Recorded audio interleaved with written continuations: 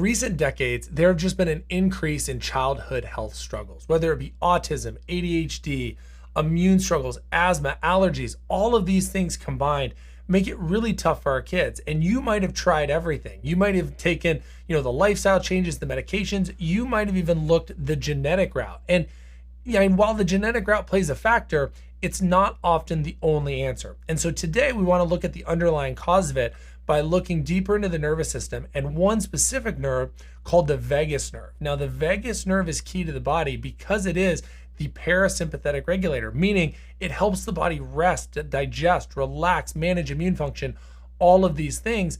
And that's why we want to talk about it. So while other things play a big role in the body, if the vagus nerve is dysregulated, it can lead to a multitude of childhood struggles. And this was so true for a little 7-year-old girl that we took care of named Anna. Now, Anna had a vast majority of immune struggles, respiration. She would chronically get clogged ENT and ear infections. And those led to febrile seizures. She had really bad temperature control. And as you can imagine, because she was so stuck in this cycle of sickness, her mood was dysregulated, sleep was tough, school was difficult, all of these things. Mom and dad, they really wanted to manage this without medication. They want to say, okay, how do we get off the antibiotics? How do we not have to take all the over-the-counter things? Because we're nervous about febrile seizures, we feel trapped in this endless cycle. So her biggest goals when they found us through a friend was, hey, we've got to get her immune system more calm. We've got to get her respiration easier, where we're not thinking of, taking the steroids or the asthma medication or those things to get sleep better, and then the nervous system to then really help it refuel with all the other things, behavior and that. But they knew where to start. They wanted to look at the immune system and that regulation. Now, as a parent, not knowing where to turn, that can be tricky, right? Because you're not sure in the body. You're like, okay, if only I could get that ENT draining, those lungs and fluid draining and getting it out, and then the body really fighting the immune things better, wouldn't that be great, right? But how do you go about doing that? Well, that's really where the vagus nerve comes keying into play for our children. Now, the vagus nerve, it actually originates up in the very top part here of the neck, the base of the skull, and it runs down, and it's the longest nerve in the body. It actually connects to the lymph fluid, it connects to the heart, it connects to the lungs,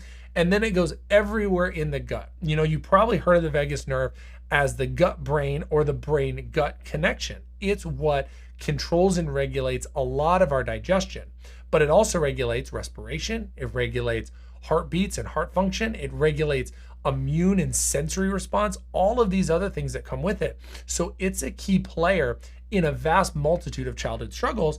And when Anna was struggling with immune challenges, and we in our office did what we call an insight scan looking, it found that the vast majority of her challenges were due to vagus nerve dysfunction. The vagus nerve wasn't communicating properly brain to body. Now, looking back at Anna's history, we had to dig in and say, okay, how did this happen? Well, the number one cause of vagus nerve dysfunction, and I'll say not maybe number one, but there's a vast majority of it, comes from early development, either prenatally or in delivery and the birth process. Reason being with this is when kids are born and there's any type of birth trauma, whether it be a vacuum birth, a forceps birth, a manually assisted birth, that's tough.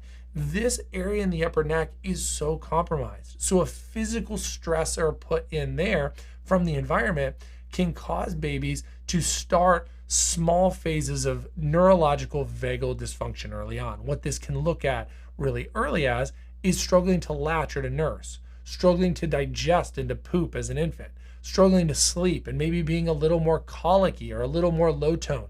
All of these things are early signs that the vagus nerve may be dysfunctioning and it's just affecting other areas. And then like Anna, you get to 7 years old, and because of that physical stress here, the body's not draining, it's not signaling, the immune system's overwhelmed, and it's working with the vagus nerve in all those different systems and becoming overwhelmed and coming out symptom-wise as febrile seizures, as chronic sickness, as behavioral struggles, really all of the above.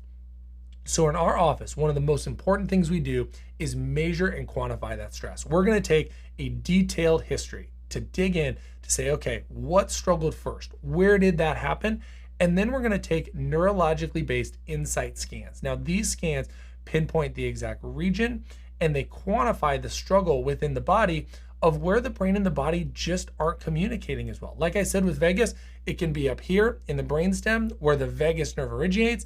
It can also be if we move down into the lungs and really into the gut and digestion. So those scans tell us so much if it's the vagus nerve that's impacting your kids. What's awesome about Anna is when she was under care for about 2 or 3 months, the first thing that started for her is she was sleeping better. And this caused really that first 2 or 3 months when, she would deal with an immune challenge for her not to get overwhelmed with it. She wasn't having febrile seizures anymore. She was able to get over those immune challenges in 2 or 3 days instead of them lasting weeks on end. This led to better behavior in school and parents feeling like they had more momentum in life and not having to turn to medications or other things. And the other things that they already did, the lifestyle changes, the diet, the nutrition, the movement, things like that. Those all work so much better for Anna because her nervous system was in a good place. So if you have more questions about the vagus nerve, or you feel like that may be the root cause of a lot of your child's struggles, we are here to help. We love digging into this, not only in their history, but then in their neurology with these scans. So we'd love it if you check out our link, ask more questions, shoot us a direct message. We would love to talk you through it and see if maybe it is the vagus nerve is key to your child's long-term health.